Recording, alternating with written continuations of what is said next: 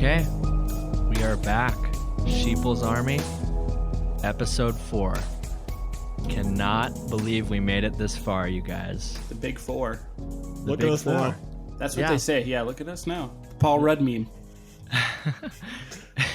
Oh yeah, that was a really good one. Who'd have They thought? said we weren't gonna make Who'd it. have thought? Yeah, guys. Do you guys have any sort of reflections? Like, how does this make you guys feel? 4 It's episodes. lonely at the top. It's lonely at the top. Yeah, that's true. But it's easy. But it's easy, yeah. No, you know. I have all this luxury, but at what cost, you know? It is what it is. Definitely. So, So how are you guys doing this week? I failed my fucking driving test today Oh, what? fucking by sucks. 1 point. By 1 point. Yeah, it was a fucking knowledge test, and I had to renew my. I had to renew like my license. I get get an Oregon license because I've never had one, Mhm. and I have to go through the whole spiel. And I straight up law. I went to click the right answer, and then I reread, and I second guessed myself, and I changed it. And it was the last fucking question, and I got it wrong. It's a bad way to go. And then I had to go up to the lady, and she was like, "Didn't quite make it, huh?" Oh, God. Oh no. Condescending. Like, what the fuck is wrong with you if you work in that position and you're like, oh, looks like you failed? But yeah, that's what I did. Mm-hmm. Damn, that sucks, dude. You had to make an appointment, too, right? Because of COVID? Yeah, dude, and it straight up. I made the appointment for today like a month ago, and I haven't checked, but I assume it's gonna be like another month before I can That go. sucks. Damn. Oh, man. Yeah, it's like my doctor's appointments because they're on Zoom. Like, Oh they, yeah, it's like a month out. I have to book it like 4 to 6 weeks. Mm. but I'll keep you guys updated on the chronicles of my license renewal. Yes, I'm sure. Yeah, we'll have an update on that soon. That's what the listeners want. That's That's what they demand. So okay, some big stories since our last recording, right? Definitely. Huge. Yeah, the main thing that a lot of people are talking about right now is this New York Times leak of Trump's tax returns, which I don't know, you guys. Okay, yeah, we're not gonna spend like too much time on this. I know because everybody's talking about it right now, and for the listeners have probably already heard everybody's take on this, but. Basically, these tax documents obtained by the New York Times show that Trump paid only $750 in federal income taxes in the years 2016 and 2017.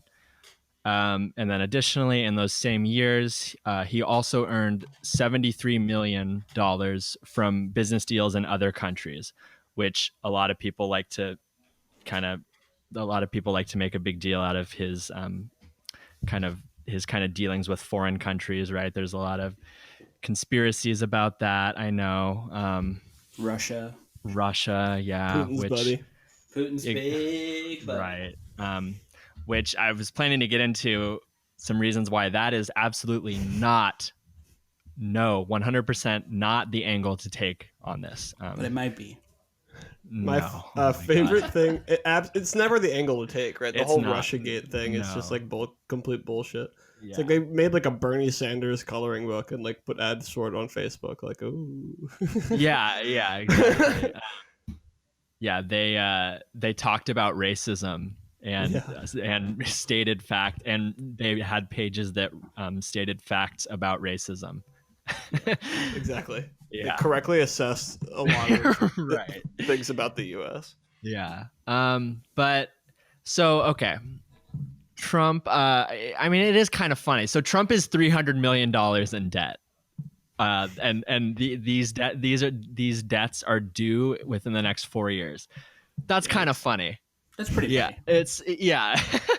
Funny. That's fucking grim. I Did don't you know. see Yeah.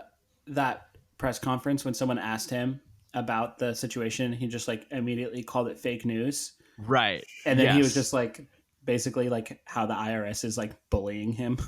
Yeah, it's like, dude, you paid $750 in income taxes and got to live the life of a billionaire. Like the IRS is on your side. Yeah. without a doubt. Like, you know. It's like you're not the victim. No, At all. yeah, it's It's funny. He is battling them. I saw though for that $72 million or yeah, whatever. he is. So we'll see how that plays out, right? But the New York Times basically pointed out that he has essentially been LARPing as a successful businessman for his entire life.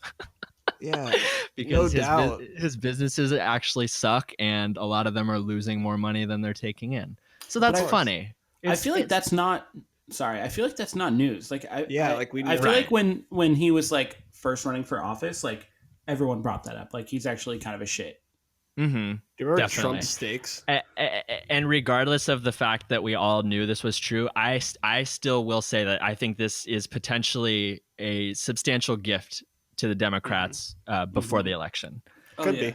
Which it could be, exactly. Right. That's precisely the case. And I know, so yeah, I already kind of tweeted about this yesterday, and I know I brought it up earlier that some Democrats are really trying to go at this from the national security issue angle, right? That Trump's debts are a national security issue, and that he is an asset of Putin.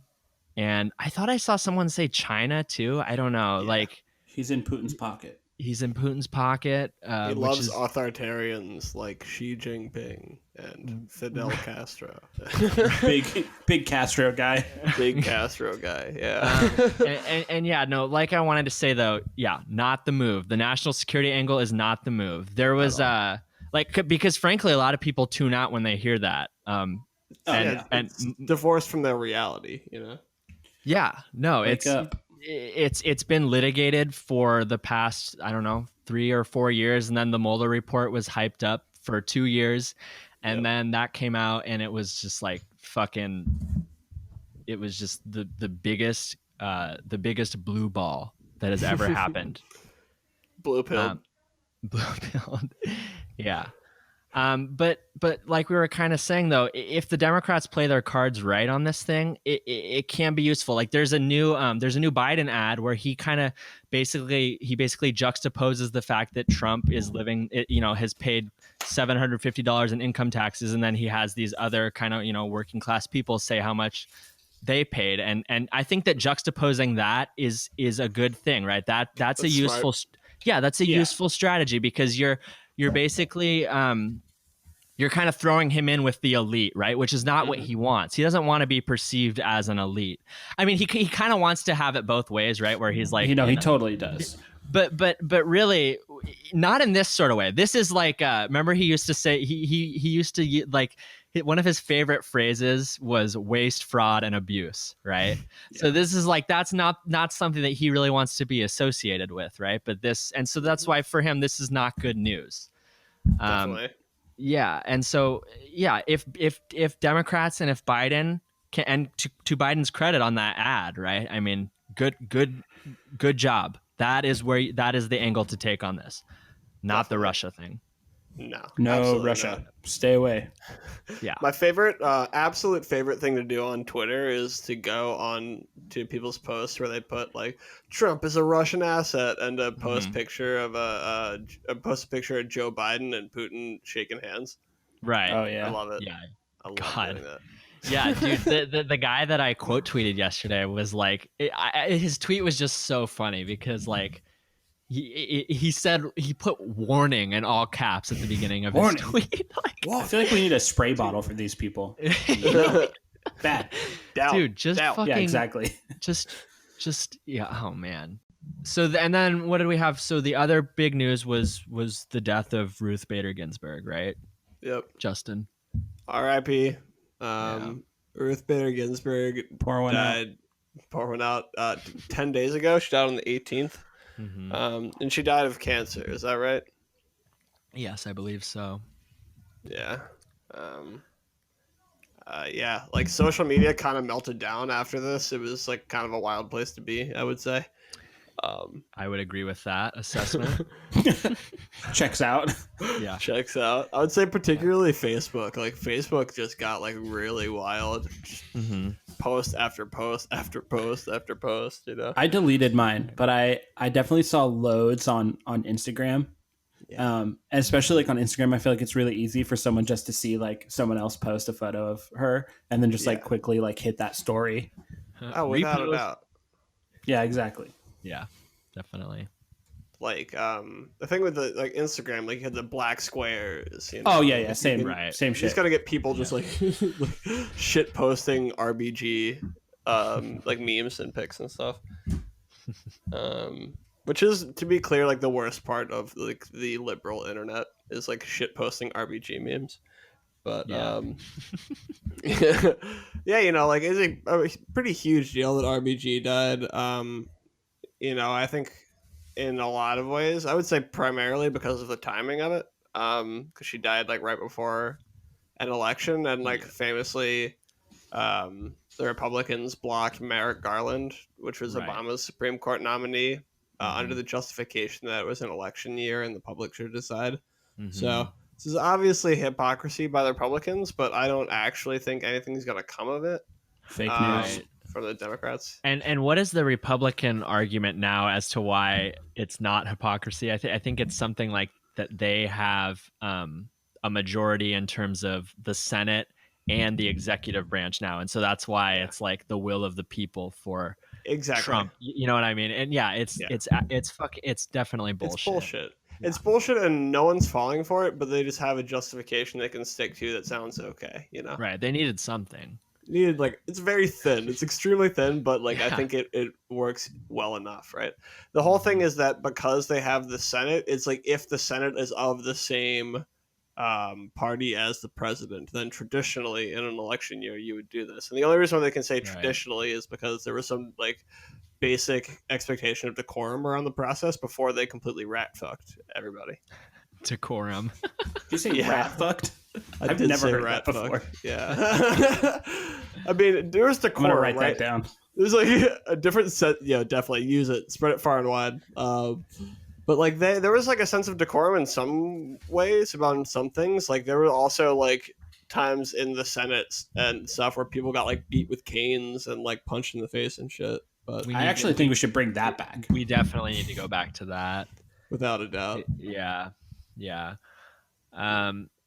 And then they, I think they eliminated the filibuster in 2017. Was it? The Republicans? Yeah. They did it to like, ram through Kavanaugh, right? That's what it was. Yes, I believe so. Or was Yeah. it Gorsuch? Actually, yeah, it would have been Gorsuch, right? Jesus. Something I've Kavanaugh. always thought I'd be great at is a good filibuster. Yeah, I'm sure you would.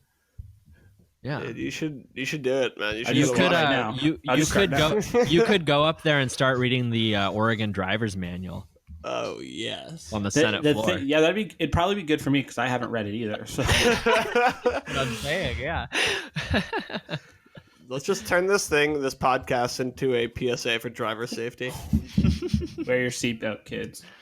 Did you guys see anybody saying anything like critical of her Yeah, online? I saw a little bit, yeah. I didn't for the first couple days. Mhm. totally. I would say not on Facebook at all. On Twitter, definitely, just because that's like who I follow. Well, yeah. okay, so and this is kind of indicative of what our kind of social media style politics, the state of what that is now, which is that I didn't see anything until I saw someone made an Instagram infographic that was critical of Ruth Bader Ginsburg. That was the only time I saw on Instagram. I think we talked about this, but I actually saw people like posting like how great she was and all of these things, and then as soon as that infographic went around, like reposting the infographic and like apologizing and like backtracking and like That's awesome. Instagram is serves the same purpose for millennials as Facebook serves for boomers, right? Which is that they kind of just accept whatever they see on there, especially in the form of an infographic. Exactly. It's crazy how that's popped off like so recently. Yeah, it's and I like there's obviously pros and cons, right? Because a lot of the time they're very educational, but it is a problem when you just see something like that and then you have this like assumption that it must be true. Or like you don't even read it. I feel like loads of people like don't even read these things, right? And then just like repost them because they saw their homie post it. Agreed. We should try to monetize infographics. We should just sow disinformation. That's a good idea.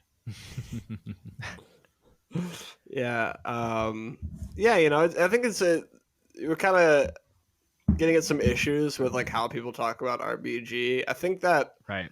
the like lionization of her as some kind of like hero, I think, is like a little Crazy. misguided. Mhm. Yeah, It's like exactly.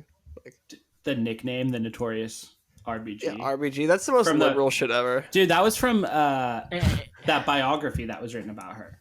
Really? Yeah, that's what it was called. That came out in 2015. It's the dumbest shit ever. And I think part of this thing of where we kind of people tend to lionize like Supreme Court justices is indicative of a sort of like people have too much faith in the court.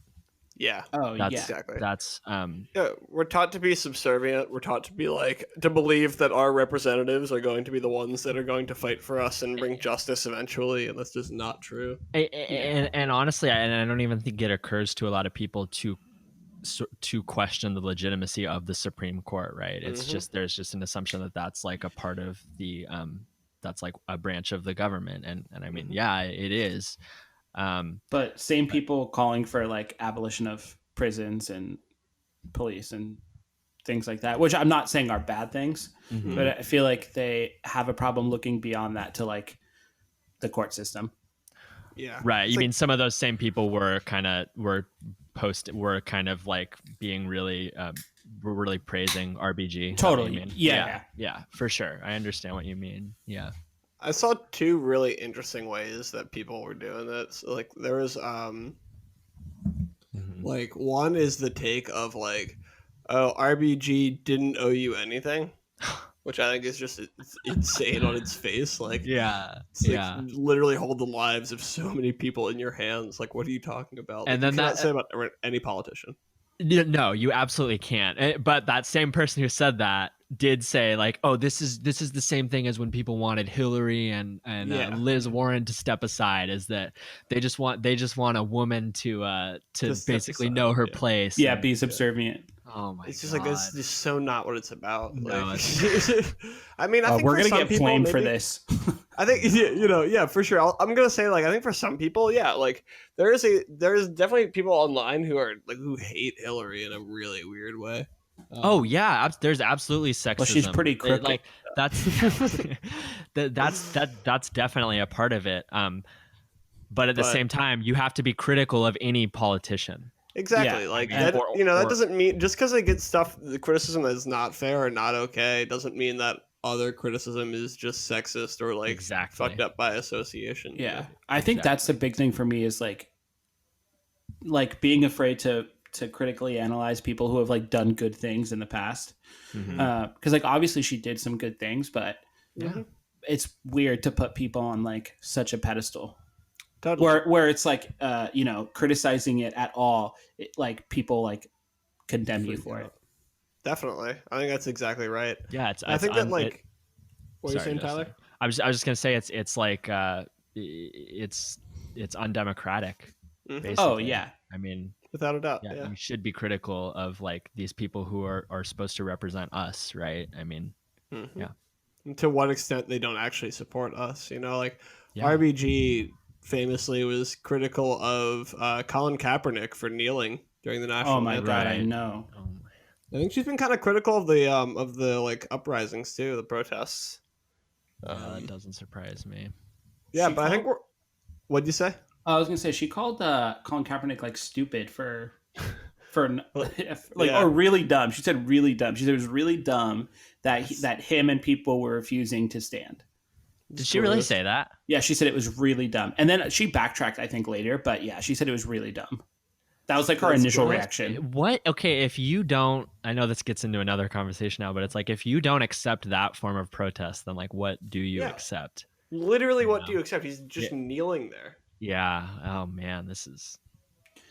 I think It's also disgusting. like at the end of the day, like she was also just like super rich and like we've talked about in the podcast Yeah. before, like doesn't necessarily have to play by the same rules or have No. the same consequences that everybody else does. No, yeah. like the they're people that she's incredibly- meant to be like helping. They're incredibly Exactly. out of touch. And then that's the thing. That's kind of the thing with a lot of the people who are lionizing her too, is like Mhm.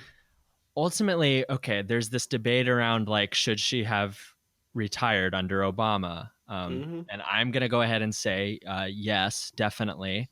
Big yes. Because she was, pretty old at that point, and it would have been nice to have had someone be appointed to the court who was in their 40s or in their 50s, like we're about to get now. Just it's going to be a conservative, right? But it's like a lot of these people who are doing this worship, like they're ultimately their class interests are pretty far removed from let's talk about the women who are actually going to be most affected by a super majority conservative Supreme Court, right? Yeah. Because I mean, if we want to talk about Roe v. Wade, which I know we will, it's like, abortion has always been feasible for wealthy women. Yep. Right. Oh, I mean, it's only illegal for poor women. Yeah, exactly. And so if Roe v. Wade gets overturned, or if they do it if they end up doing it on a state by state basis, like they're having some success with right now, wealthy women are still going to be able to get abortions, and it's going to be the poor women who won't be able to. Yeah, or won't be able to do it safely, right? Yeah, exactly. Yeah. Not good for anybody. Yeah, No, you're forcing like reproductive health onto like a black market. Yeah, At least exactly. potentially, right? I mean, It's insane, and it doesn't actually help a baby, right? If like people are resorting to those lengths to try to not be pregnant, right? Yeah, it doesn't help anybody. It doesn't help anybody, It helps a very small number of people, like it helps like a few oligarchs, right? But like not anybody else, right? But yeah, no. What I'm saying though is the people who are, they have the privilege of kind of being able to do this, like she didn't owe you anything with the claps or whatever, Claps, and it's like, no, like it would have been nice if she had retired and that seat could have gone to someone who would still be there, and then we wouldn't be in this situation. I mean, it's literally like we're hitting the worst case scenario because she decided to not stand down. Yeah, for sure. Yeah. And I saw some people saying like, but they wouldn't even let Merrick Garland in, and he's like a centrist or whatever. Like, why, should she have retired? And it's like, well, it's like he's kind of like ignoring that like Obama and the Democrats like had a big part in losing the midterms. It's just like it maybe like, and no one on like the like Dem side is like really blameless in that. Yeah, totally. Not that like Ruth Bader Ginsburg is to blame for that, but it's just like, well, the person that you should be like shit talking for that is just like Obama, Biden. Like, they fucked up. They lost the midterms. Like they lost the Senate, and do they lose the House too? I think so.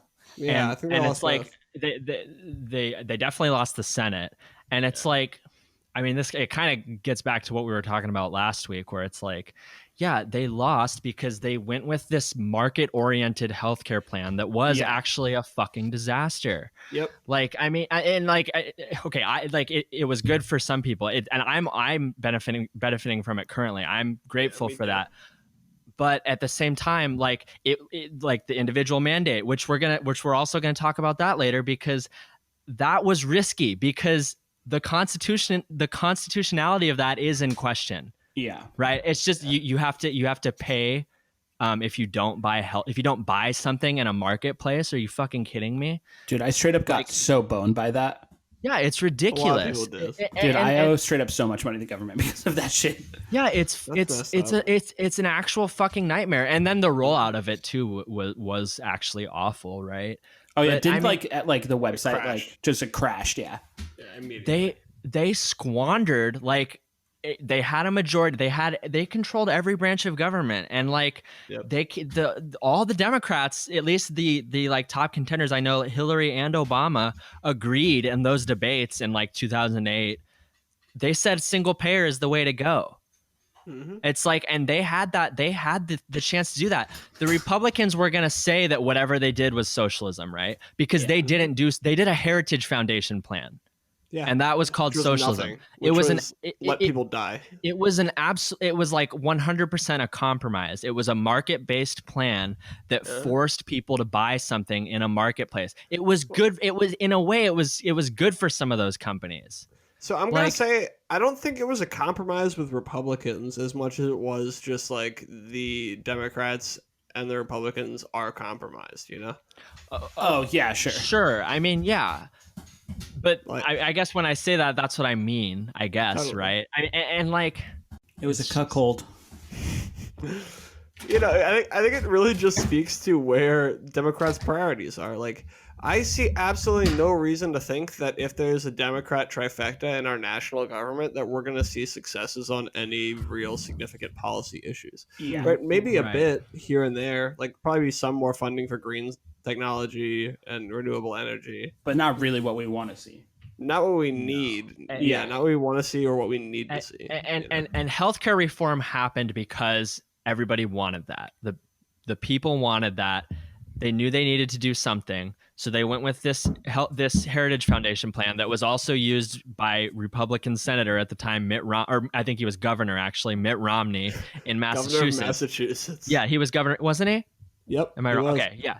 And it's like, and I almost even want to say it's like if McCain had won in 2008, which I'm glad he didn't. Mm-hmm. I honestly kind of think they would have gone with a very similar plan. It probably just probably would have been less generous in terms of like the Medicaid expansions or something. It probably But, wouldn't like, have had the individual mandate.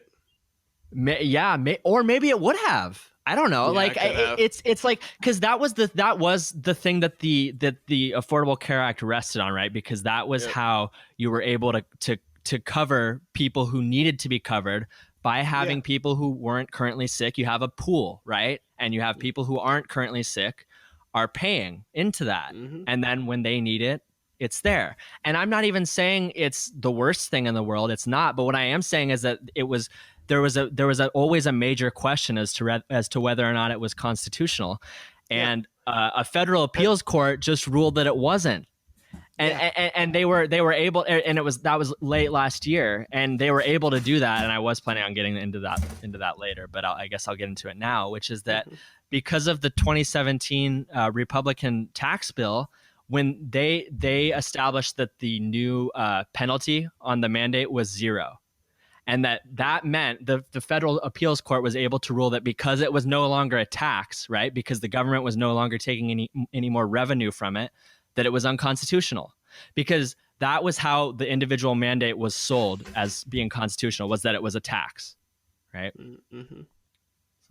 So now that it's $0, it's unconstitutional. They were able to rule that, because it's not a tax anymore, because it's the government's not taking any revenue from it. So that's how super weird. Yeah, I know. It's like this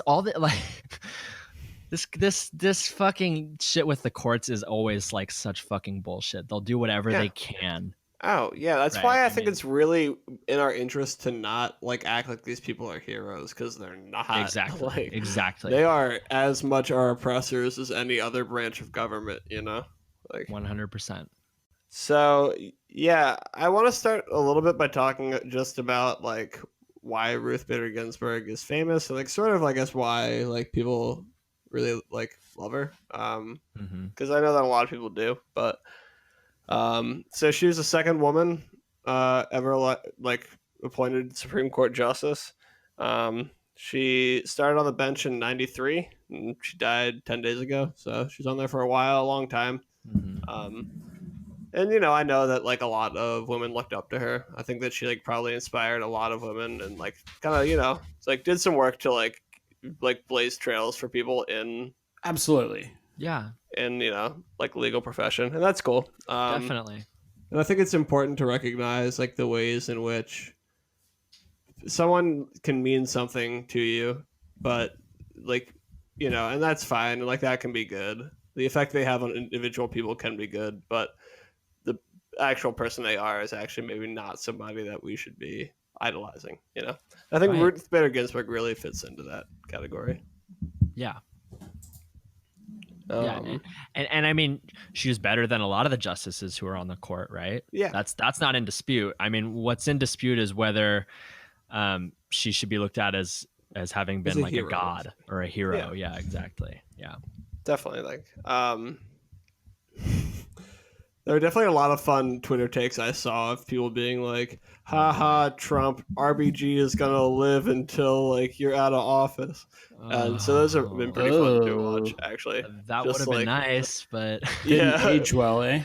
It did not age well. Those are great. Yeah, just like overconfident liberals. But yeah, so I mean, like, you know, and I don't mean to be disrespectful to RBG. Like, yeah, for sure. She's dead, and like, you know, shouldn't like bash the dead. But I think this isn't the roast of RBG. No, that's next week. Yeah, it's our first Patreon episode, the roast of RBG. Oh God. But you know, like, I think it's worth being critical, and I think that like while people are still talking about it, like let's get into the shit. You know, it's like let's see what she stood for, like when it came down to it. Yeah, and I think like. To a lot of the reason why people lionize her is because they see her as this fighter for gender equality and for like equality for women. I think the way that she's gone about, like she went about that was controversial, was interesting. I think her first major case that she argued in front of the Supreme Court was actually a gender discrimination case that was like against men. I think that was it. So like people kind of think of her as this like procedural like genius for like using a men's issue to like also include the rights of women or whatever. Right, so and cool. that is very savvy. It is. It's smart. Definitely. You know, she's definitely a very smart person. Yeah, absolutely. Yeah, you know, and you know, I think that's like smart, and I think that some of like that praise is well founded. You know. Yeah, absolutely. I think she also like she gained a lot of attention, like a lot of people like really, I think, a big following in the like 2000, I guess it was like the 2000 election. Was it when like Florida, they all came down to Florida and they were like hanging chads on the ballots, so like they couldn't get a good ballot count, and the Supreme Court wound up deciding it, and she wrote a dissenting opinion. Like stating apparently in violation of generally agreed upon Supreme Court decorum, she loudly stated, "I am." She said, "I dissent." She said, "I dissent." Yeah, instead of saying respectfully, which is like the general sort of decorum. Yeah, just like fuck that. Who cares? That's bullshit. It's like, yeah, and like I mean, it was nice. It was a nice It was a good sentiment. I mean, that was a fucking atrocious situation in Florida in 2000. Can you imagine being one of the people who are in a position to do something about that, and the strongest thing that you can do is say, "I dissent"? Like, that is bullshit. Well, okay, like, I get it. Like, thanks for being on our side or whatever, but like, you didn't do shit. Like, well, what could she do though? I mean, in that situation, because the thing is, there's this myth that like Supreme Court justices have to be this apolitical thing, and they like mostly that's just them pretending to be apolitical. They're not apolitical. We all know this, right? Like pretending to be apolitical is just like on the side of the oppressor. And Ruth Bader Ginsburg, if she had wanted to, like could have been issuing press statements, but that wasn't her deal, you know. And I get that she came from an older time when like maybe the Supreme Court was less explicitly politicized, but you know, I don't think that she's blameless in like letting us slide into fascism. I really don't, you know? Oh, well, I mean, no, I wouldn't say she's blameless. I was just talking about with that situation specifically. But yeah. You know, I think that like in like for a lot of office holders, it's not necessarily obvious all the things that they could do.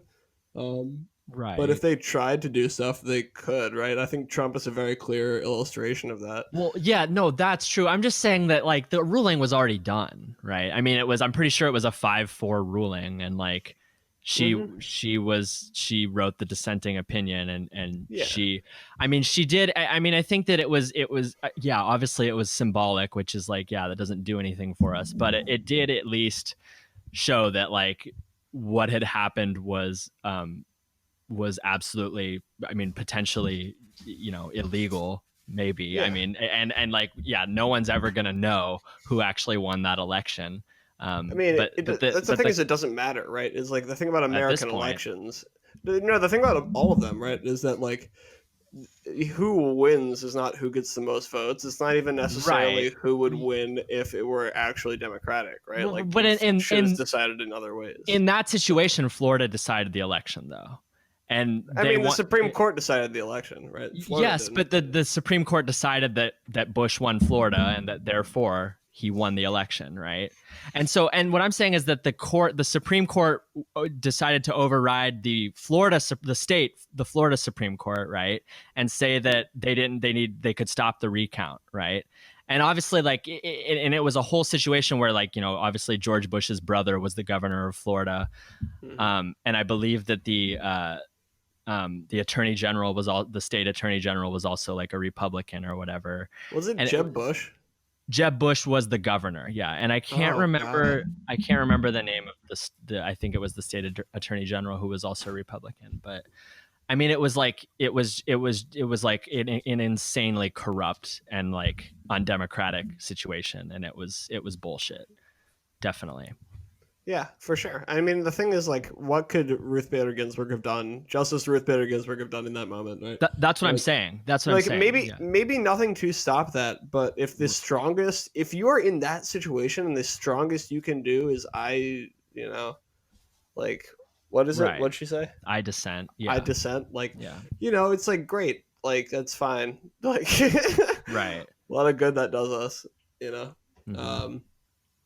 But, I think that's kind of like, if we're judging people who are on the Supreme Court, I think that's probably a valid criticism of everyone on the court, not just her, It's like they're kind of aloof as a profession. But I think an interesting thing about Ruth Bader Ginsburg in particular is her history ruling against the sovereignty of indigenous peoples of this country. Yeah. I didn't even know about that really previously, honestly. It's really crazy, yeah. Yeah, it's wild. Like, people don't really talk about it, and I think part of that is just because a lot of this kind of like anti-native sentiment is really normalized, Oh yeah, absolutely. Yeah. Also, just like quick note about terminology. So I'm like going to be referring to the peoples who are indigenous to what is like known as North America, mostly as native, sometimes as indigenous. The section of law relating to indigenous peoples here is Indian law. Right. So I'm gonna be doing my best on all this. If you want to come on the show and straighten me out on any terminology, like, please hit us up on Twitter. But so yeah, Ruth Bader Ginsburg has actually had like a lot of like notable rulings, like as it relates to Indian law. Her first was in 1995, and this was Oklahoma Tax Commission versus Chickasaw Nation. So the issue in this ruling was a fuel tax at a gas station. So it's a state issued fuel tax on a gas station on a reservation. And the issue with this was that like the tax law had like the burden had explicitly fallen on like a non-native person who ran the gas station. Like that, or no, I think it was maybe they were trying to collect the gas tax on non-native people who bought gas or something. And like the Supreme Court ruled that like you can't do that, but you can like rewrite the law so long as it's race neutral. And, like, it doesn't matter like where the actual tax burden falls as long as the statute is written in race neutral language. Right. And what's interesting about this is that this relied on a really, really weird and narrow reading of their treaty obligation, or their like treaty agreements that they made with the federal government. Mm-hmm. And like the treaty language from 1837 says specifically that, quote, the government and people of the United States are hereby obliged to secure to the said Chickasaw Nation of red people the jurisdiction and government of all persons and property that may be within their limits west, so that no territory or state shall ever have a right to pass laws for the government of the Chickasaw Nation. And so what's interesting about this, right, is that at the time, the Chickasaw Nation was from the southeast of what's now called America, right? And when they were forced to move west, they were done so, like, you know, when they talk about their limits west, what they mean is west of the Mississippi, right? So what is this saying is that state law will never apply to Chickasaw people west of the Mississippi. Right. What Ruth Bader Ginsburg did, and she actually sided with the conservatives in this opinion and wrote the opinion. What she was saying here is that their limits west, quote unquote, applies to reservations that were established long after the agreement was made. So it's like this weird kind of historical revisionism to side with the conservative majority. Yeah, big whack. And of course they had the liberal justice read the they had the liberal justice read the horrible ruling. Totally, I think in a little sense, finishing salt there. Yeah, definitely a little Salt Bay. Yeah, exactly. White imperialism. Just as you could have a little white imperialism as a treat. Kind of. Oh my god, that's a garnish. Like, yeah, dude. The thing is, I think it's like her like siding with the conservatives here sends a pretty strong message just to where she stands about native sovereignty. Oh yeah, absolutely. Yeah, definitely. Like that's like this is only in her second term on the court. You know, this is like really really early on. And like she just makes it super clear that she considers native nations to be a thing of the past, like ancient relic of America's past, rather than like contemporary actors in our like political and social life, you know? Right. Which is basically the foundation that a lot of like anti-native sentiment rests on at this point in time. Of course. Yeah. Right. It depends on the lionization of these sort of like frontier like tropes about like the clashing of cultures, right, and the inevitability of like manifest destiny and like white supremacy. You know, that's what it all rests on, right? And like, you know, the idea that like, you know, indigenous cultures here are like ancient or like backward or something. It's like it's all cut from the same cloth. Absolutely. So I have there are like three really really big rulings that Ruth Bader Ginsburg did that had a huge effect on native sovereignty. The first was in 95. That was Oklahoma Tax Commission versus Chickasaw Nation. The second was Strait versus A1 contractors in 1997. And this is also a pretty interesting one too. I think it also says a lot about how she was approaching this issue. So the issue was that it was on the reservation of the three affiliated tribes of the Fort Berthold Reservation in North Dakota. The three tribes, the Mandan, the Hidatsa, and the Arikara nations. The issue is that the non-native wife of a tribe member, like a tribe citizen, was injured on a road built by the state where she had right-of-way under state law. But she is not native, and the contractor who was driving the truck was non-native. And like, whereas like tribal courts could like deal with these civil issues before, the ruling, the decision that was made, written and read by Ginsburg, explicitly takes this power away from tribal courts. It constituted a tremendous expansion of federal authority on Indian country in the legal sense, right? Which is really crazy. You know, it sounds like technical, right?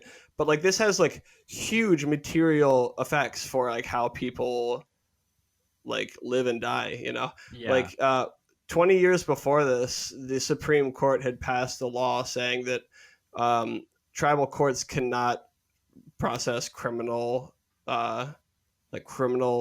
charges against non-native people, which is one of the contributing factors to the epidemic of missing and murdered Indigenous women, and just like in general the like insanely high rates of sexual violence that Native women experience at the hands of like predominantly white men.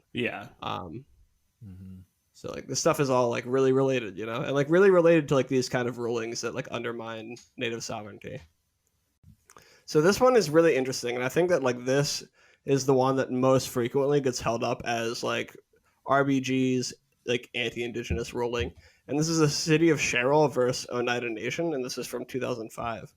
So this is a really interesting situation. I actually have a somewhat personal connection to this because the college that I went to was founded as a boarding school for Oneida young men. Oh, wow. What school was Which is it? really crazy. Hamilton College in upstate New York. It was originally founded as Hamilton Oneida Academy in the 1800s. Wow. 18, and I guess maybe late 1700s, even early 1800s. It was like, and then in like 1812, it changed to just Hamilton because, notably, a lot of white people killed a lot of Oneida people. So it's like not divorced from that history at all, even though it tries to, Mm-hmm. And like the history of the Oneida is really interesting. So they're part of the Iroquois Confederacy, which was a confederacy of 6 different tribes, all with like long historical ties to one another and like ethnic ties to one another. The 6 nations, like the Iroquois Confederacy was 6 nations, right? And they were actually able to they never lost to the U.S. military. Like their territory legally is actually still theirs, by land title. And so during the American Revolutionary War, the Iroquois, the 6 nations of the Iroquois, all decided to side with the British. The Oneida were the only one of the 6 that sided with the Americans. They broke from the rest of them and sided with the Americans, and played a hugely influential role in like feeding American troops like during a period in which they had to relocate like 8 times during 6 months. Mm-hmm. So they played a decisive role in the American Revolution, and as a result, they were recognized in 1794.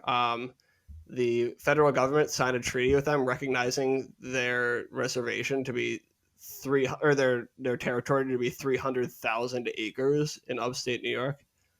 They also said the federal government would ensure its protection and assure that white laws would not apply on its territory. And also, like, importantly for like treaty rights for like native nations, they have to be dissolved by acts of Congress, right? If you have a reservation, it has to be dissolved by an act of Congress, or it's not dissolved. And like only the federal government can make treaties with native nations. But after this treaty was established, the state of New York illegally pressured the Oneida to accept illegal treaties, and ultimately the Oneida sold all but 5,000 acres of land. In the Buffalo Creek Treaty of 1938, the federal government tried to get the Oneida and 5 other tribes to move west, and like gave them a lot of incentives to move west, but reaffirmed the right of Oneida to stay in their homeland. Mm-hmm. And over the next 80 years, up until like the early 1900s, they kept getting illegally pressured, like by the state of New York, to sign illegal treaties with the state. In addition to just like a bunch of like white settler violence, So up until like about 1920, only 32 acres of the reservation remained. So it's like a really big, obviously a really big injustice. And the Oneida Nation tried to get court hearings for, years and years and years and years, but indigenous people weren't allowed to be plaintiffs in court proceedings in this country. Which is insane. Yeah. Up until the 1970s, which is really important to remember, right? And so when they finally could become plaintiffs in federal court, the Oneida immediately brought this issue to federal court, and twice in 1974 and again in 1985, the Supreme Court ruled in their favor. First saying that they had legal standing to, or first saying that like it could be assessed by federal law. Second, saying that they had the right to pursue damages for the land that was illegally taken from them. And so what they started doing is the Oneida had a casino. They had like a gaming establishment, and they got a bunch of money from that. And they started buying up territories within the reservation established by the Buffalo Creek Treaty in 1834. And they, like, some of these treaties were in the town of Sherrill, and they immediately refused to pay taxes to the city of Sherrill, arguing that they were still on their reservation. So it's like a really interesting situation. And what is super notable about the way that this case was decided was that it actually didn't rely on any kind of precedent, really, except to just kind of like wave your hands. And I mean, it relied on like some kind of loose precedent that explicitly was citing like the doctrine of discovery, which, if you don't know, it was like a papal bull, I think, that was issued by the Pope saying like white people discover places because people who are not white who live in those places, they don't have the civilization necessary to count as having discovered and settled a place. So this was a legal doctrine that was explicitly cited by Ruth Bader Ginsburg and the other justices in their decision. Yes, Queen. Like, insane. Like, this is insane. This was 2005, and also like these kind of rulings are not uncommon. And what's like really interesting about this situation, right? I'm just gonna read a section of the decision that Ruth Bader Ginsburg wrote. Quote, given the long-standing, distinctly non-Indian character of the area and its inhabitants, the regulatory authority constantly exercised by New York State and its counties and towns, and the Oneida's long delay in seeking judicial relief against parties other than the United States, we hold the tribe cannot unilaterally revive its ancient sovereignty in whole or in part over the parcels at issue, Ginsburg wrote. Right. The Oneidas long ago relinquished the reins of government and cannot regain them through open market purchases from current title holders. Yeah, I read that one today as well. Yeah, what are your reactions to hearing that? Checks out. Checks out. Can you elaborate, TJ? I don't know. I didn't really know about that. Like, I feel like her dealings with like indigenous people, I didn't really know about too much. Mm-hmm. Pretty bonkers. But I guess in like the grand scheme of thing, like doesn't really surprise me too much. So she's basically saying that the land that formerly belonged like to the Native Americans as a reservation had been put on the marketplace, and then that made it no longer sort of like protected. Right. Pretty much. She was saying like no take back, kind of like. Yeah, exactly. So right. like, yeah. So she is like pretty much penalizing the Oneida Nation for being forced to sell off their land and not being able to buy it back soon enough. Yeah. Right. And that's the kind of thing where like normally if you were trying to look at this from like a human perspective, you would say like, oh, well, like they were in a situation and they needed to like make money off of this land. Right. Yeah. No, I think it's really important to note that the land was stolen from them, you know? Right. Yeah, of course. Yeah. Like some of it, I would imagine, was acquired through somewhat legal transactions, but most of it was just stolen, you know? Yeah, but the court wasn't trying. I mean, obviously, they weren't trying to look at it from a human perspective. It was from the perspective of kind of like, we want this land back. White people want this land is back, our land, and we're gonna take it. Right. Yep. Yeah. Fucking A. That's exactly right. You know. The one thing that I think is constant through these decisions, of Ginsburg's is this idea that, like, whatever conflict there was over land is long settled. Right. Like, it is white people's land now, and all like native institutions, including native law, like needs to conform to white expectations. Right. Yeah. Definitely. I think it's just really, really interesting to like, and really important to look at this. Like when we talk about like who Ruth Bader Ginsburg is, like let's look at her history of upholding white supremacist institutions. You know. Definitely. Yeah. I think importantly too, like in her entire time on the court, I believe she only had 2 black people ever clerk for her. The rest were all white. So I think that's really, really suspect too. Yeah. But that being said, like her decisions as it relates to Indian law, like got better. And like ultimately, this summer, I don't know if y'all heard about this, but around half of the land in Oklahoma was determined to be reservation land. Yeah. Split up between the Chickasaw Nation, Choctaw Nation, Seminole Nation, Muskogee Nation, and Cherokee Nation. So that's really huge. There's a lot of speculation that Ginsburg was not going to side with the liberal justices. But luckily she did. And yeah, it's a huge deal, So definitely. like respect for that. Yeah. Okay, guys. So let's get into this this Supreme Court pick that we had this week, right? So Amy Coney Barrett. Amy Coney Barrett. Thank you for reminding me because I was already gonna forget. For some reason I can't like remember her name for the life of me. Just think about Coney Island. Amy Coney Barrett. Goodbye, my Coney Island Barrett. I'm hungry. For barbershop fans out there. There's many. So yeah, so this is kind of fun actually. Trump, so he was initially really excited about this woman named Barbara Lagoa. And Lagoa's family, so she's the descendant of Cuban exiles, which, as we all know, if you're the descendant of Cuban exiles within like the Republican Party, you are like, they will like fly you around, pay you like $6 figures a year to just do speeches and talk about like they're predominantly white Cubans as well. Yes, definitely. Yeah, they like remember. I haven't heard much from him recently, but Rafael Cruz, which was Ted Cruz's dad. Oh my God, dude! You mean the man who killed JFK? Yeah, dude, that guy was something. But anyways, though, so yeah. Trump was initially, I think he was kind of leaning towards picking Lagoa, and he was hoping that picking her.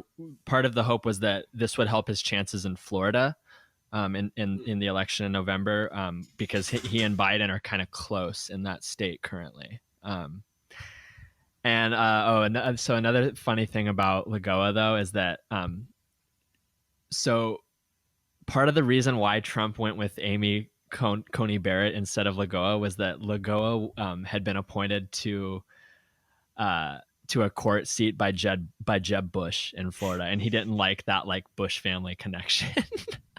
That's awesome. It's very awesome, honestly. Like I just was that like reading that just like gave me all these flashbacks of like 2015, like Trump versus Jeb, which was just so fun. Jeb is a mess. He was a major disappointment. Remember, it was supposed to be him. Oh yeah, it's supposed to be Jeb versus Hillary. Like, can you imagine how much different it would be? Yeah, but where we're at now, though, Trump decided to go with 7th U.S. Circuit Court Judge Amy Coney Barrett, and okay, Barrett, her background, she clerked for Justice Antonin Scalia in the 90s. Friend of the pod, Antonin Scalia. Friend of the pod? Friend of the pod, Antonin Scalia. That's correct. Actually, I have a Scalia story. Can I throw it in here? Yeah. So Scalia's from Maryland, which is where I'm from as well. Oh, so he is like friend of the pod. Yeah. Yeah, he's from beyond the grave. He's rooting us, cheering us on, and funding us. But so I grew up Catholic as well. So my mom, bunch of Catholic friends, she went to Catholic school, and she went to go visit her friend in a different part of Maryland and went to her church where the service was entirely in Latin, and it was fucking Antonin Scalia's church. My mom went to church with Antonin Scalia. Yeah. Damn. That must have been fun. She said it was like the most repressed environment she'd ever been in. Oh my God. Yeah. But the kind of speculation is that Barrett kind of was heavily influenced by Scalia's sort of very fundamentalist and originalist sort of interpretations of the Constitution, right? That was where she kind of, I think, took some of her influence. So she is very much like a student of, should we call it Scaliaism? Jeez. Anarcho-SCALIAISM. But which, so yeah, this whole this whole like originalist interpretation of the Constitution thing, it's bullshit. Just for anyone who doesn't know, like general rule of thumb, like watch out for these people. If Yeah, you 'cause meet they're some, purposefully fooling you. yeah, no, if you meet someone, like if you're sitting on a plane and someone sits down next to you and they say something about like, maybe they'd say like they're a constitutional conservative or something, literally like get another seat. Like you do not want to Fucking move. Yeah, move. You do Literally, not want to be. Yeah, the thing is, like with all these people, right? It's like it's the law and order approach. It's like, oh well, I believe in the Constitution as it was written by Exactly. white slave owners. Exactly. Yeah. And so so that's part of why groups like the Federalist Society are very much on board with Barrett's being picked for the court, right? So like in 2018 and 2019, Barrett went on 10 different Federalist Society sponsored trips and has just also received money from the organization. And so the Federalist Society, like, do you guys know much about this group? No, a bit, yeah.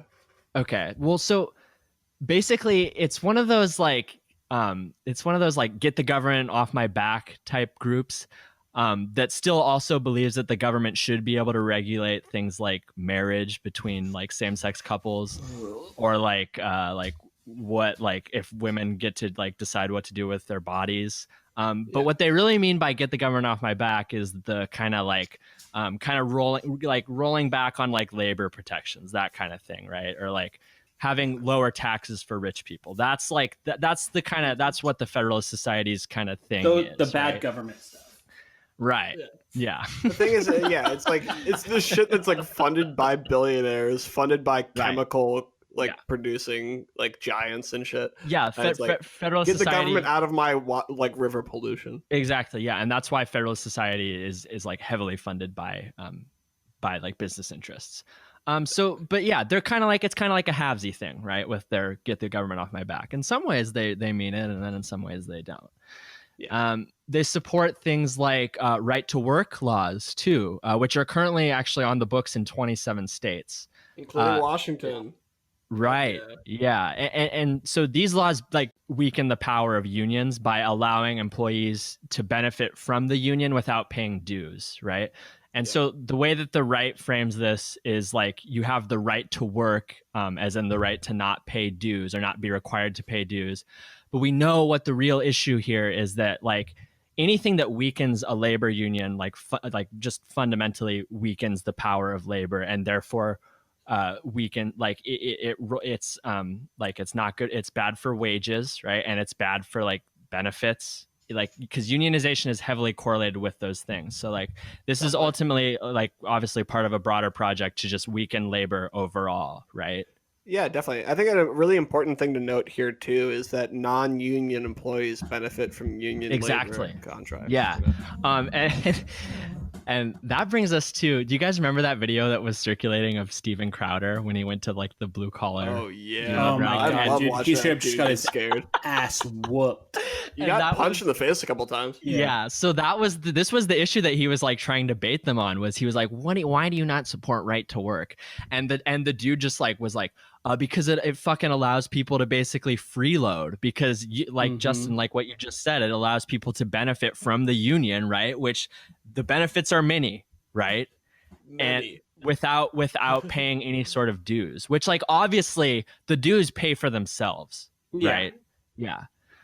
More than enough. Crowder was not ready for that fucking smoke. No, he was not ready for that. That was I mean, that's what happens when you like go to somewhere else other than like a college campus filled with like, white liberal teens that like don't really. He thought that his anti-woke cred was gonna like be helpful for him in this situation, but he tried to do a little right-wing economics at the blue collar union rally, and got his ass kicked. Don't like that shit. These are like hardened men. Definitely. So Barrett ruled against a class action lawsuit brought by Grubhub workers who alleged that the company is neglecting to pay overtime to drivers, put the company in violation of federal law.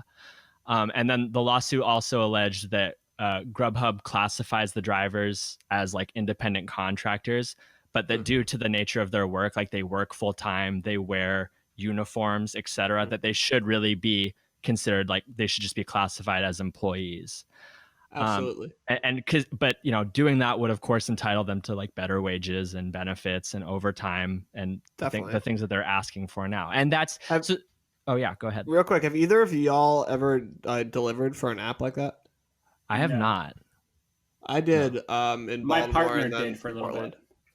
It sucks, It's like I think it's a great example, like Lyft, Postmates, Uber Eats, like all this shit.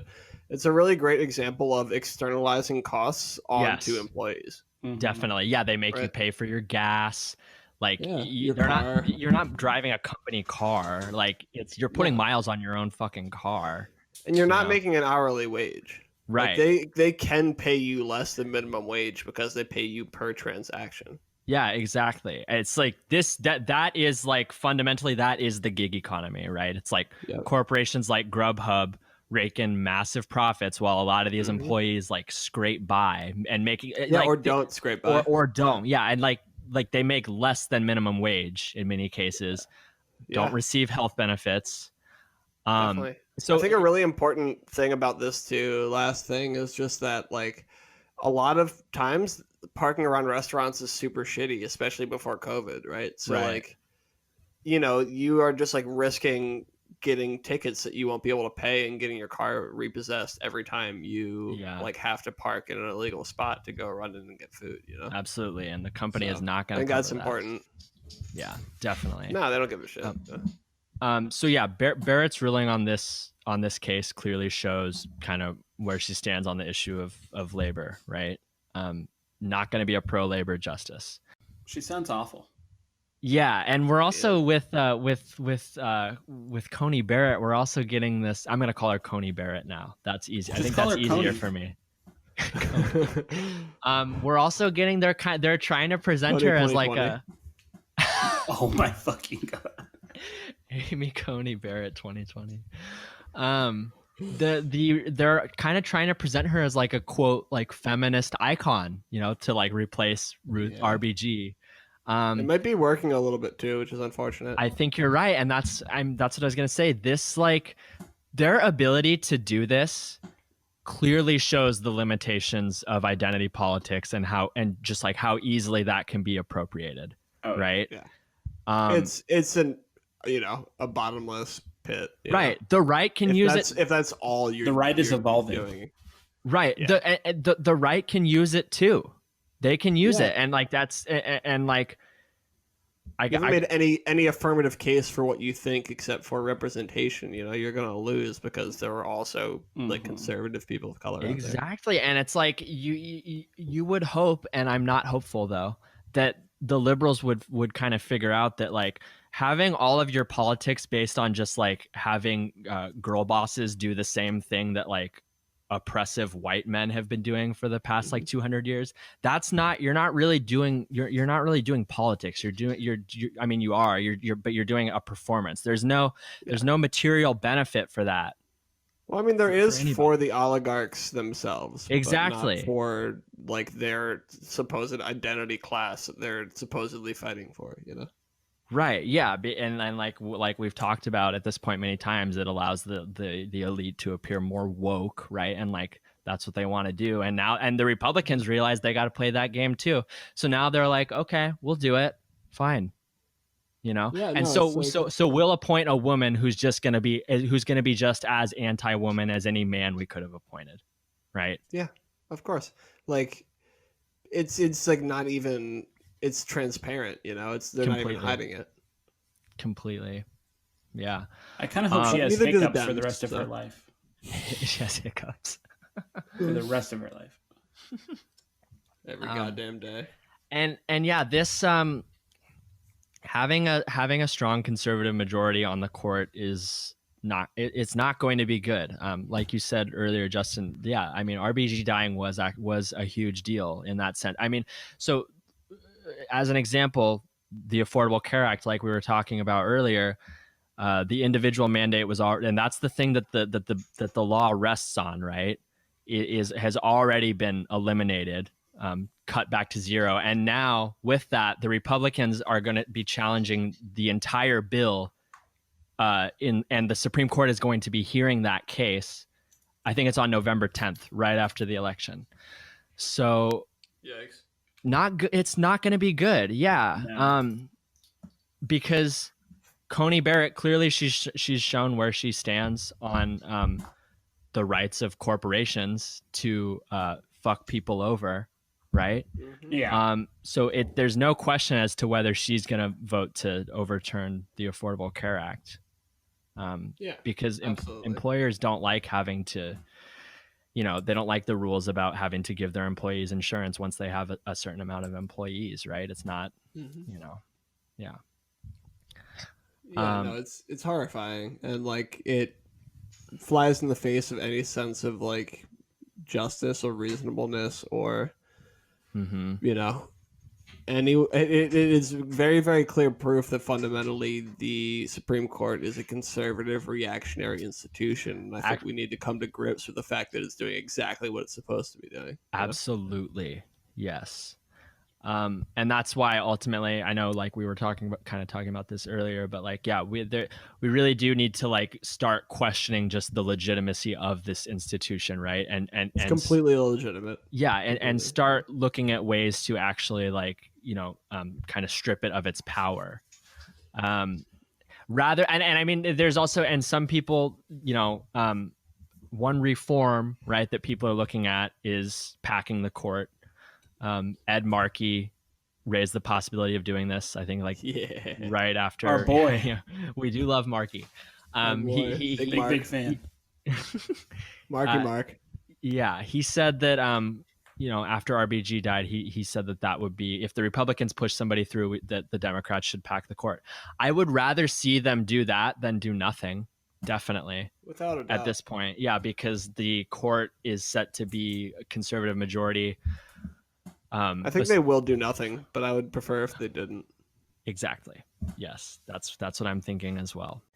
Yeah, and so I would like to see them do that. But what would be better, though, obviously, like we said, would be figuring out ways to disempower the court. And like one thing you can do is if you get rid of like judicial review, that's like what allows the court to rule something unconstitutional, even if it has like broad public support.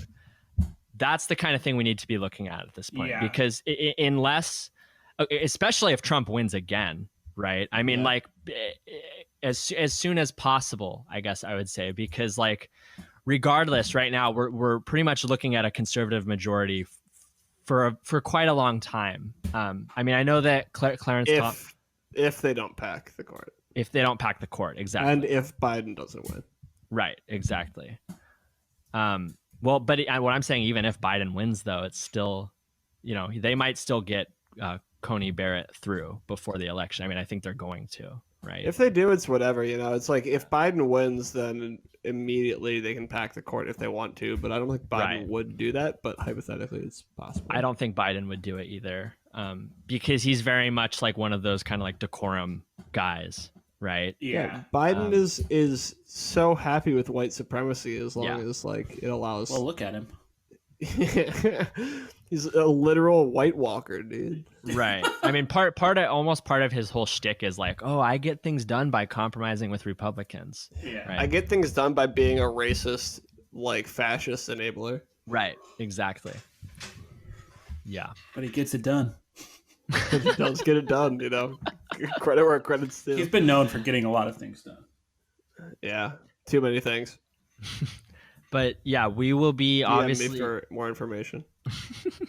We will definitely be keeping an eye on this Affordable Care Act thing, though, because if the entire law does get overturned, millions of people are going to lose their insurance, and. True. So if Trump wins, he has still not presented an alternative to Obamacare, right? No. Which, because he doesn't, there's nothing he can do that's actually going to provide healthcare to people that isn't universal healthcare.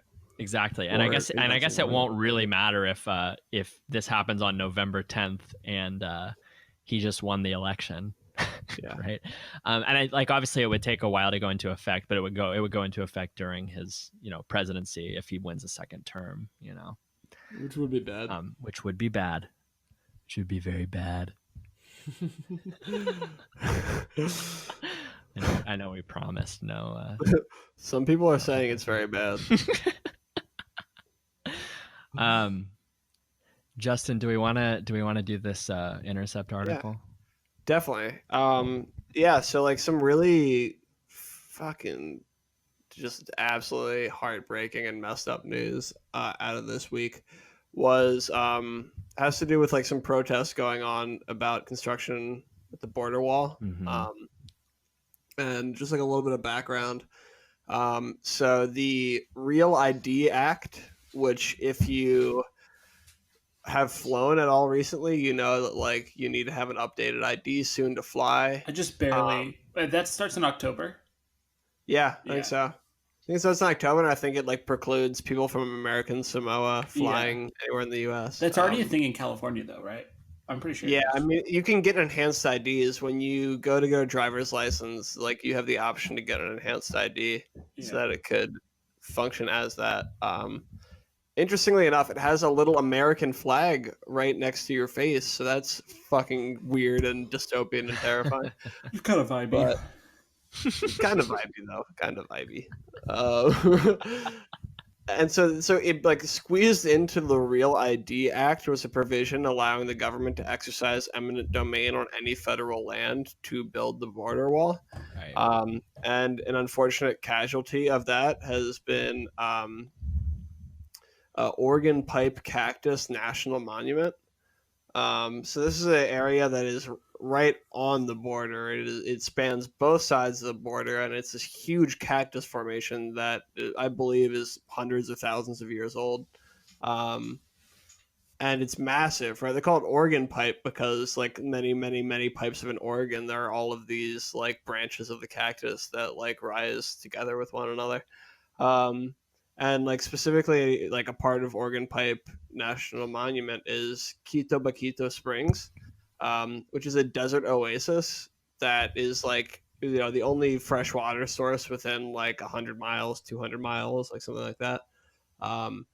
And what the government is doing is, so this is like one of the most sacred places for the Tohono O'odham people, right, who have reservation land or like homeland that spans both sides of the U.S.-Mexico border. And they're like blasting dynamite in this sacred place. Two activists came to the springs to pray, which the springs have been like they were funneled by they came from an underground aquifer that has been tapped and almost completely run dry by the construction crew to mix the cement that they need to pour. Jesus fucking Christ. Which is fucking horrifying, you know? Like, they're already saying that, like, this place will never be the same again. Oh, even if we see it right now, it will never be the same again. It's horrifying. It's also crazy that the workers can just do that and, like, be chill. Mm-hmm. It's fine. Yeah, exactly. Like, you know, we have to account for the, like, people who are directly engaged in this evil, you know? It's like respect for workers who have no choice. Of course. But, like, you know, I think most of them have a choice. So, like, they deserve fucking condemnation. But, class traitors. Yeah, they are they're class traitors, and they're also just traitors to, you know, the fucking justice. Yeah. But, right. You know, this brings us to an important point, which is, like, recently this week, two protesters, actually more than two, I think, but, like, two protesters started, like, interfering with the construction. They came to the springs to pray and, you know, to be in prayer and to dance and to, like, make blessings and things. And they saw the construction equipment, and apparently they had nothing organized. They had no other people planning on coming, but they went in. One of them occupied one of the, like, big construction vehicles. Another one blocked the road. And, like, there were construction workers who were threatening to assault them or trying to assault them or trying to intimidate them with violence. So I think, like, those are some people that we can clearly call out as, like, being on the wrong side. Straight up, fuck those workers. Mm-hmm. Send them to the gulag. You know, I'm not going to disagree, but, you know, and like, so these two people, like they were overcome with emotion and they started, you know, directly intervening to stop it. And then a bunch of people came after that. And then there were like tear gas and like cops beating people, like Department of Homeland Security and Border Patrol, beating people up. It's just like deeply fucked up, you know? And I think that like there are a lot of similarities between this kind of situation and Standing Rock, where people and allies were like brutalized by police. I definitely want to do at some point like a overview of like these kind of protests and actions that have been like completely oppressed, Definitely violently suppressed, you know. But it's happening right now. You're probably not going to hear a lot about it because most major media could not give less of a shit about indigenous issues. I feel like it's also like the same people that are like always like for these kinds of things, as far as like communities, are the same people that are like, come on my land and I'll fucking shoot you. Yeah, exactly. Right. Like, yeah, eminent domain is not like, very small government minded. No, there's like that really like popular story they always like to use of like there was like a rancher and the government was like infringing on the rancher's land, so he like, you know, fired off a couple rounds and like, what's up? Bundy, bro, Bundy. You're not talking about Ammon Bundy, are you? Maybe Cliven Bundy. Cliven Bundy, right? And his son was Ammon. I don't know. Sorry. The Bundys. Fuck those. The nuts. Bundys. Although you know what was really interesting though was like recently Ammon Bundy put out a video where he was saying like, I support defund the police. I saw that. That's kind of vibey. It was like, if you believe in small government, then you should believe in defunding the police. Right. Which everyone was kind of like, yeah, well, at least he's like consistent, right? Yeah.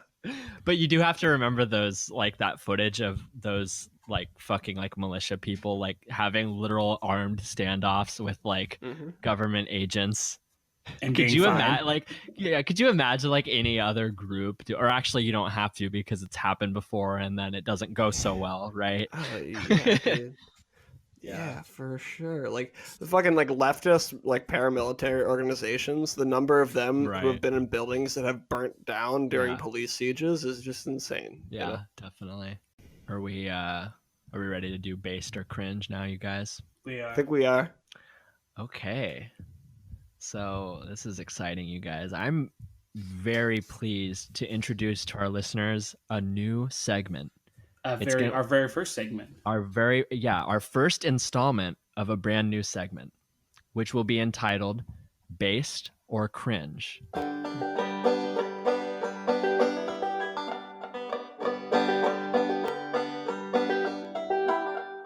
I've noticed that especially on Twitter and like on like political threads, based has become a thing again. I don't know when that happened. It's interesting because that was like a thing when we were in high school. I definitely said it for the first time like a month ago. I remember like when like Little B was like really big when we were in high school. That like everyone was saying everything was based. Yeah, but I think go ahead. I was gonna say, I think like a lot of quote unquote like internet slang, I think it's like AAVE, African American Vernacular English. Oh sure. Mm-hmm. So Lil B probably popularized it, big part. Yeah, I think he definitely did. But in this segment, we'll basically be looking at things that politicians or maybe like media figures or like just it could be anyone really. Could be your mom. It could be. Yeah. Is your mom based or cringe? Send us a DM. We'll be looking at things that these people say or do, and then determining if they are based or cringe. So it's kind of going to be like the Supreme Court, but like with higher stakes, right? We have declared thou based. So for this first installment, we're going to start with Trump. So for this segment of based or cringe, we're going to look at Trump's $750 income tax payment. Is it based or is it cringe? Let's discuss. It's kind of based. We need to taxes. We kind of explain. Hang on. So one thing we need to establish first: can something be both based and cringe? Can it be kind of like a hybrid, or does it have to be one or the other? Are you saying you believe in hybrid theory? The Linkin Park album? Yes. Yes, definitely. That's the only thing I believe in. Yeah.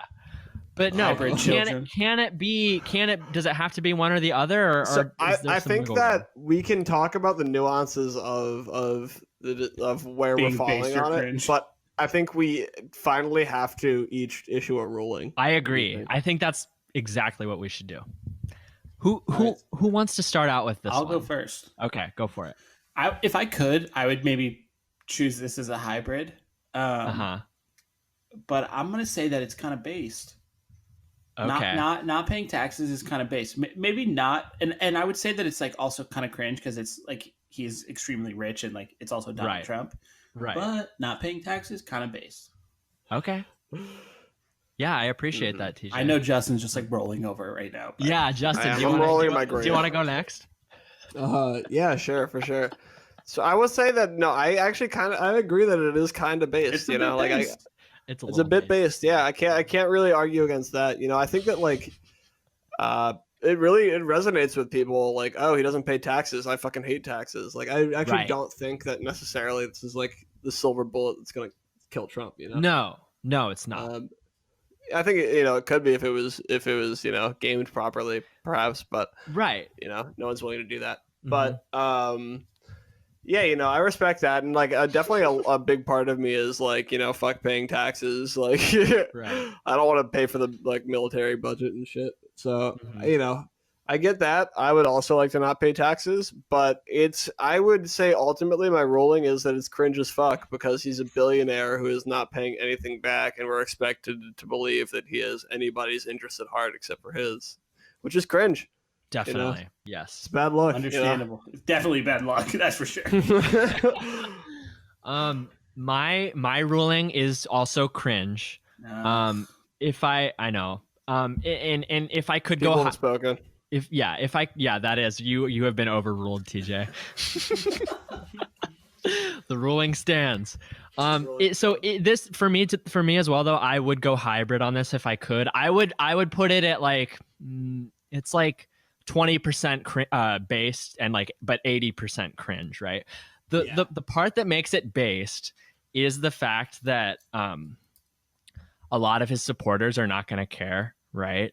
And he gets to kind of they're going to be stoked, honestly. A lot of them are going to be stoked. No, yeah, that's definitely true. And he gets to live this like kind of billionaire life while also paying like less than $1,000 in income taxes. It's insane. I paid more than that, I think. Oh yeah, right. I definitely paid. Yeah. And so the fact that he's still gonna get a lot of support, and he knows that, it's kind of by definition in some way based, right? But the other 80%, if you look at the dictionary definition of based, right? That's why I'm just calling balls and strikes here, right? Like that's but ultimately, it is more cringe because, like Justin said, he's not paying anything back into society, right? He's got like he's living a very like lavish life. He's a fucking leech. He's a leech, exactly, and that's super cringe. Nobody wants to be a leech. Being a leech is cringe. Yeah, being a leech is definitely cringe. And also, it's a little funny that it came out a month before the election, right? That's kind of cringe. Like October surprise. Yeah, exactly. That he has to kind of like, and like we kind of established already. No, it's not going to be a silver bullet. But if they game it properly, and if they, like I said earlier, if they juxtapose him paying almost nothing, with a bunch of people who are scraping by paying more, that's super cringe. Super cringe. Like if he were in a room with all these people, it would be super awkward. They'd be like, definitely. Dude, what so if they choose to exploit that weakness, they definitely could. Yeah. But like, who is the messenger for the Democratic Party for that? Like, Nancy Pelosi. Like, look at my $12 like ice cream filled freezer. Yeah. Like, definitely. Like, no, like what Democrat has like standing on any issues of class that could pull that off and would agree to pull that off? I just don't see it. Good points. If there's a ringer out there, we're calling you up. Definitely. So on this one, you, Richard Neal. So on this this first question, we are 2-3 in favor of cringe. For the next question that we will be posing, we're gonna look at this Biden. We're gonna look at this Biden clip where he basically says "clap, you stupid bastards," right? Clap, you stupid bastards. To the troops. To the troops. To the troops. He said it. Biden to hates the troops. You heard it here first. Man, and so Justin, you had figured out that this was actually from 2016, right?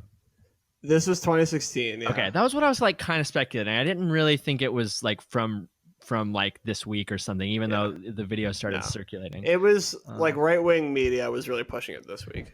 Yeah, definitely. Yeah, they had to confront, or they had to like counter something with. Well, and that's like the funniest thing about this, which is that like you said, right-wing media is pushing this. I looked it up on YouTube, and it was like videos in all caps, like Biden disrespects the troops and stuff, and like that is not wrong. Literally hilarious when you amazing. Consider the fact that like last month it was like reported that Trump called World War I, the people who died in World War I, like suckers and losers.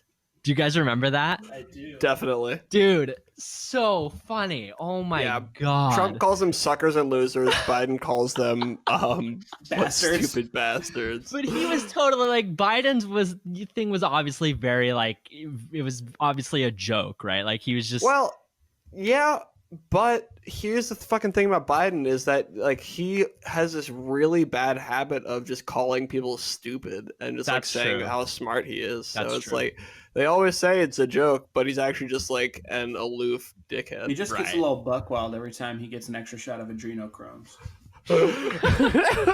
Which is every morning. Yeah. So why he's still alive. So that's why he looks like that. All the facts considered, what say you, Justin? Cringe or based? So I say there's some stuff that Biden does where I really do have to respect just like how few shits he gives. Yeah. And I think in a way this is an example of that where like Biden will literally point his finger in somebody's face and call them a lying dog-faced pony soldier. Like that is insane. Right. Biden will get up in front of the troops having done just about nothing to ever serve his country in a way that is meaningful and call them stupid bastards for not clapping at the right place. So funny. Like that's pretty base. Like that's the level of confidence I aspire to. That being said, I think that like clap you stupid bastards is like it's less cringe than like Jeb Bush's please clap or Pete Buttigieg's like come on like trying to get people to clap for him. And way so I don't know. I think I started off like thinking it was cringe, and now I might actually have to say it's kind of based.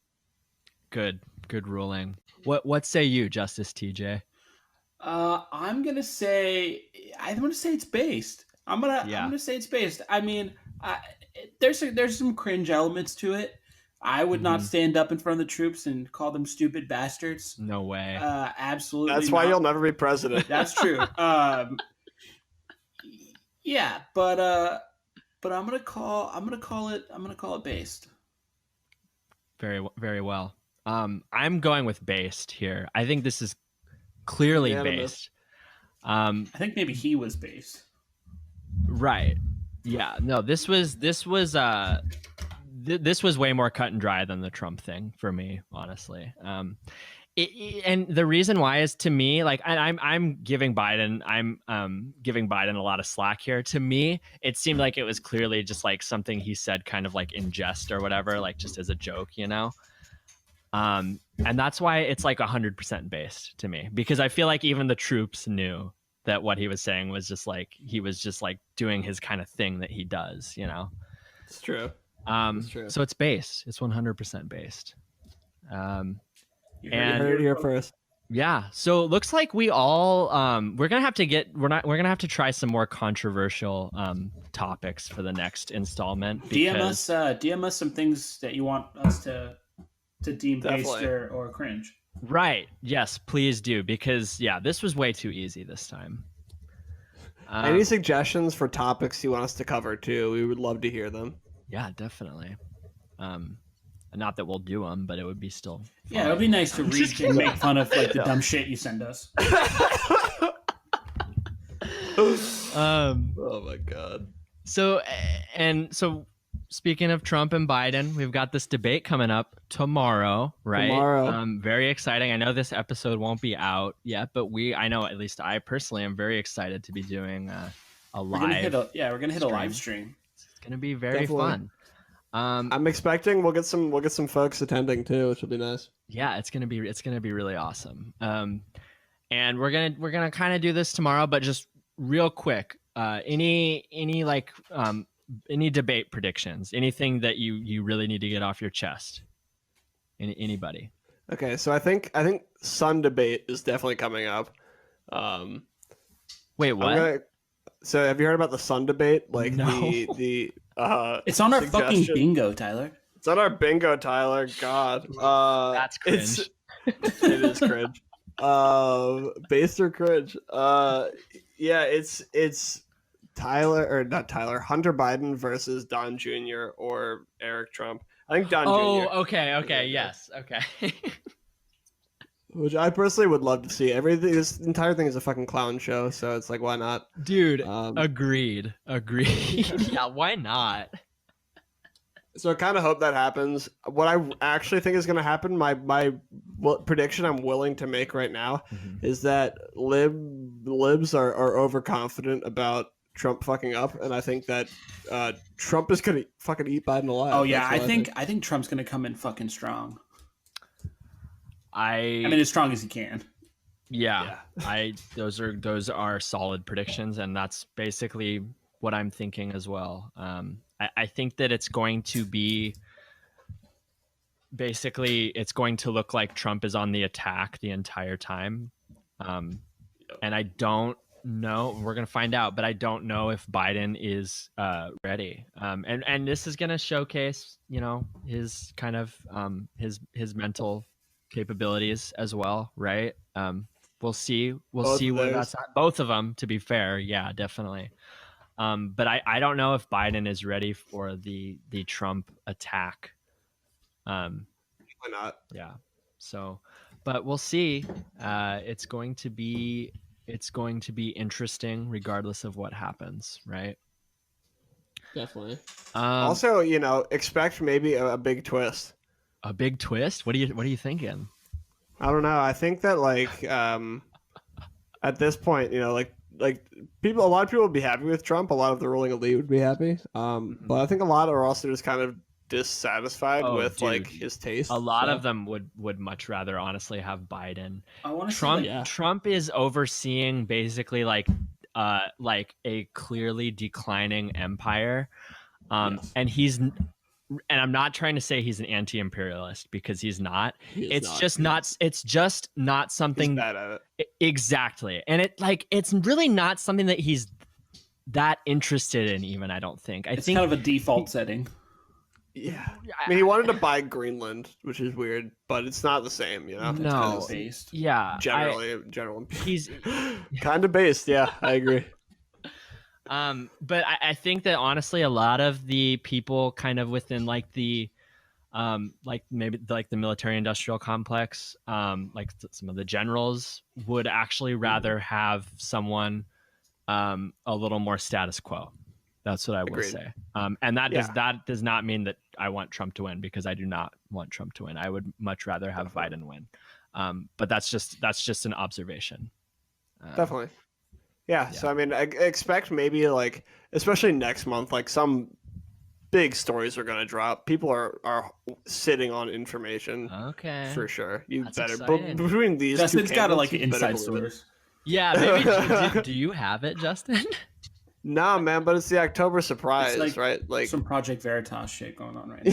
Yeah, dude, Hillary Clinton's about to be arrested. I have it on good authority. Dude, we do need like a lib Project Veritas though. We should just bring a lib. Dude, it's on Sheeple's Army. What are you talking about? Yeah, I guess. Yeah, so, yeah. We're all sheeple, dude. I mean, the thing is, the October surprise is the famous thing in presidential politics, where in the last month in the run up to the election, like some crazy shit always drops, right? Some huge like race altering story, Right. Always breaks, always, Right. always. What was the what day did the Access Hollywood tape come out? Was that like early, like November 1st, or was it like late October? It was in October, I think. Okay, yeah, and it's like it would have to be something bigger than that, frankly. Yeah. So Definitely. because that didn't work. People are gonna try, It's like Biden and Trump. There is so much dirt out there on both of these jackasses. Good points, Justin. Yeah, I'm excited. I'm excited for the October surprise. I'm excited and like nervously sweating all the time. Maybe we'll have an October surprise party. Very spooky. I could see us doing it. Who knows?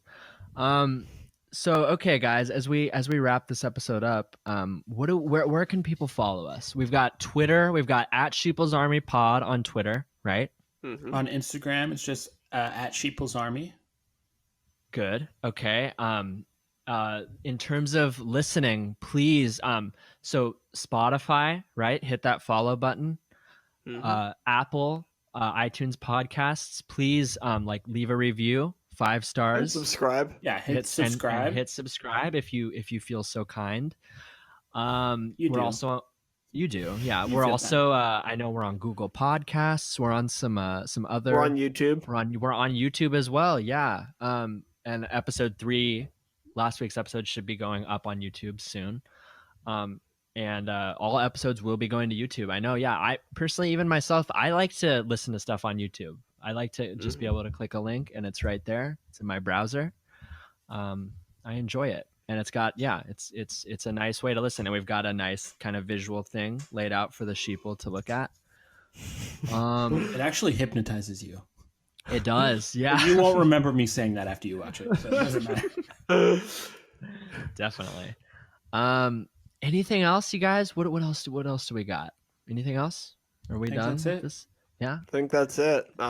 Thanks for listening, everybody.